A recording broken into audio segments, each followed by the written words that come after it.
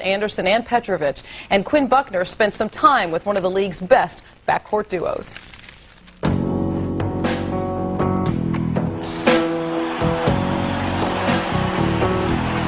This year we have Coach Daly coming in, and last year we have so many problems on the court, off the court, and we just, feeling much more comfortable this year.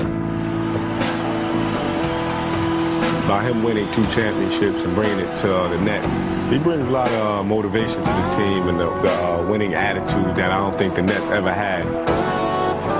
You come in and you start coaching the team when I came here. And all of a sudden I realized what one of the central problems was with this team. I told Paul Silas, Brendan Sewer, Rick Carlisle, I said, you know what? This team has low self-esteem. They don't have a lot of confidence. We've got to work to build their confidence.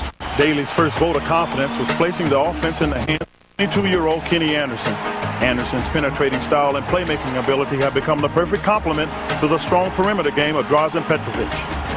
He's different point guard. He's going to be, top point guard in the league, and he's breaking defense down and finding the open man. So far, he's making the right decisions. He's a great shooter, so therefore, when I penetrate and create, they all collapse, and he just spot up, boom, he hitting the jump shot, and that brings a lot of assists for myself and the team. Is DRAZEN the best shooter you've ever played with? I thought Dennis Scott was a great shooter, but Draz, I think, got by a little bit. Draz and Petrovic can shoot the ball.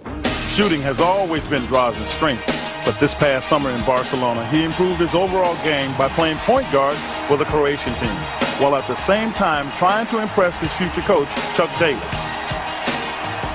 It was a real challenge for me, and some guys didn't respond, and I was trying, to show Daly that, for next year, I can play and point guard too.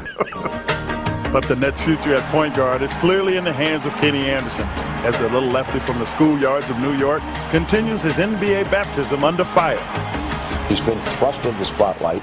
Now he's been thrust into leading this particular club with older, tough guys and some difficult guys, and he's not quite ready for that, and he knows it. But he's handling it beautifully. I think he understands how good he could be, and he can be one of the best guards in the league. But he's got to learn how to do it every night, that mental toughness part of it. Toughness is a word that can be used to describe the Nets' rapidly developing rivalry with the Knicks, as they continue to fight their way out of the shadow of their rivals across the river. Kenny, you grew up in New York, just across the way. Was it your sense that the Nets were second-class citizens? I tell you what, I'm a Net now, but I never paid attention to the Nets. I didn't even know it was a New Jersey Nets because it was so much Nick. I didn't pay attention to it, but now, I'm happy of being a Net because I'm in the metro area. I'm back home, and it's just fun and competing with the Knicks now. I think if you know anything about Jersey, and I've been here only basically since September, but I also lived in South Jersey for about 12 years. And this is a state that basically doesn't, the southern part identifies with Philadelphia, the northern part identifies with New York. So you're always a country cousin. I think you got to understand that. I'm tired of all my friends talking about, when y'all going to beat the Knicks, man?